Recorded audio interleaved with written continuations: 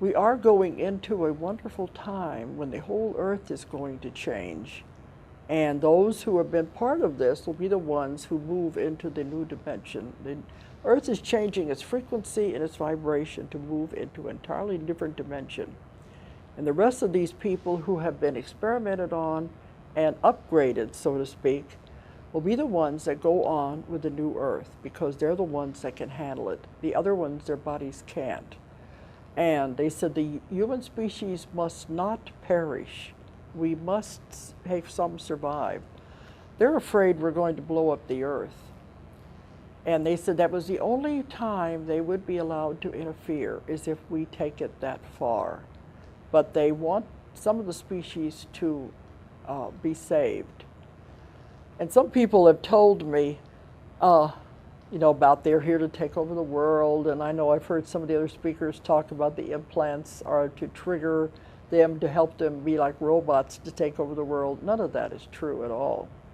They said, why do people say we're here to take over the world? It's ours. It always has been. We can't do anything as bad to you as you do to yourself. So they're really afraid of us, our violence, and they're waiting for us to get out of this violence and get all of these wars and everything out of the picture. Then we can join with them.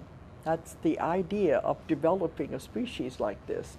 They want us to join with them and do the same things they're doing, traveling in space, because they said we have curiosity and creativity that they think would be very important to the universe as it develops. So there's a whole lot more to this than people think. And I have not found the negativity. Once you find out why it's happening, it takes on a whole different look. You remove the human fear. And they're really very caring people, and they're doing a lot to help people. People have asked me if I had any contact with them. Only through the people I work with, and they're very personal. They have changed my diet. They've taken care of me and advised me on where to go and where not to go, so I consider them as friends. But they've asked me if I've seen them. I told them I want to work with them, but I don't want to see them. I guess I'm chicken. But I felt that I could be more objective as a reporter if I was not directly involved with everything that was going on. I've worked with thousands of people in my work, everywhere, all over the world. I could be more objective if I could stand back and view it. So they said if that's what I want, they would honor my wishes. I've had strange experiences, and I've seen strange lights and things occurring, but I just as soon not be in the middle of it. And I think that's the way it should be. I call them they, but they are huge groups. There are many different types, and there are many different types of craft. The huge mother craft are like cities within cities. They're enormous. That's where the laboratories are. And the little craft are the ones that you see going back and forth. Those are the smaller ones. The bigger, larger ones are the huge mother craft. And they have many people on board these craft of different races from all over the universes. It's much bigger and much wider than you could ever imagine. But they all have their jobs to do, and there are things that they're involved with. Some people talk about the ones that look like insects. They said that's because they're different types of beings have gone in different directions. Some went the insect line, the insectoid. Other ones went the reptilian type. We went the mammal line. It could be anything. Any type of life. That's just the way they went. Doesn't mean there's anything negative about it. It means they function in a different way, different mentalities, but it's just different forms of life. They don't like the fact that we're doing all these horrible things. That's what they said. They can't understand how we can kill someone of our own kind. It just doesn't make sense to them at all. The idea they're trying to get us to change our civilization, get over this negativity because of the violence. They're very afraid of that. We can't join them until we get through with the violence and these wars that we're having right now. We have to get through all of that first. They have told me about these things because they said in the beginning, when they were coming here, many groups were allowed to come because there were things on Earth they could use. And one of it was certain kinds of minerals that we don't need. They're not that important to us, but other different planets and groups, this is very important to them. Some of it they use to power their spacecraft. So they've been allowed by the councils to come and take these things over many generations. But as the world became more and more populated, they couldn't just land and take these things. Then they had to begin working with governments to make deals so that they could take the things they need.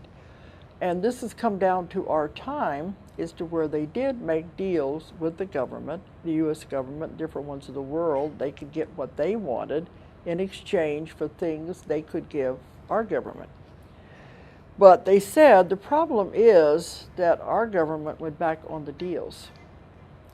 And I think, how stupid can you be to try to cheat someone who can read your mind? So they began doing things that were not right. The aliens, when they make a deal, they will stick to it. But they said, we're not giving them as much as we used to. They said one of the things they gave them was in vitro fertilization and the open heart surgeries, not the open heart so much as the artificial hearts, those that were giving those kind of information.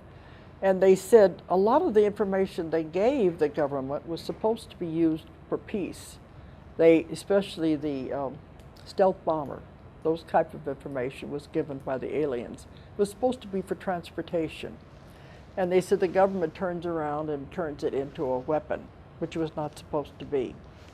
In that case, they feel betrayed. So they said, we're not giving them as much information as we could. And incidentally, with Roswell isn't the only example of a crash landing. I've investigated some other ones too. There are many have come down through the recent years. And one of them was in Kentucky in the 1970s that I investigated.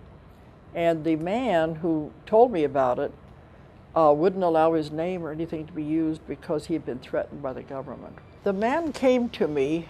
His wife wanted him to see me as a hypnotherapist because he was having terrible nightmares, and she knew he needed help.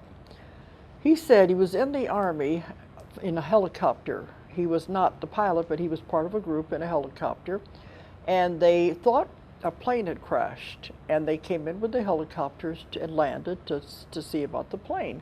Instead, they found a small craft had crashed, and when they looked inside, there were these bodies, they were all dead, and there was clear fluid everywhere.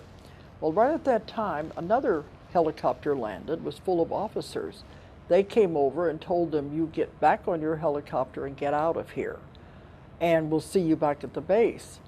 When they got back to the base, they went under 24 hours of like brainwashing, saying you did not see what you thought you saw, there was nothing there, that kind of thing. Then they told them, if you ever tell anyone about this, we will hunt you down and kill you and your family. Then they took all of those men and shipped them, transferred them to different bases so they would never have contact again. So I know there has been many of these cases, besides just the one in Roswell. And when I asked them about that, they said, normally our pilots are very good, but if they are caught in a thunderstorm, it's something about the electromagnetic field, it could cause the craft to crash. And I know in Roswell they did have a bad thunderstorm at that time. But as a rule, it's very rare for it to happen.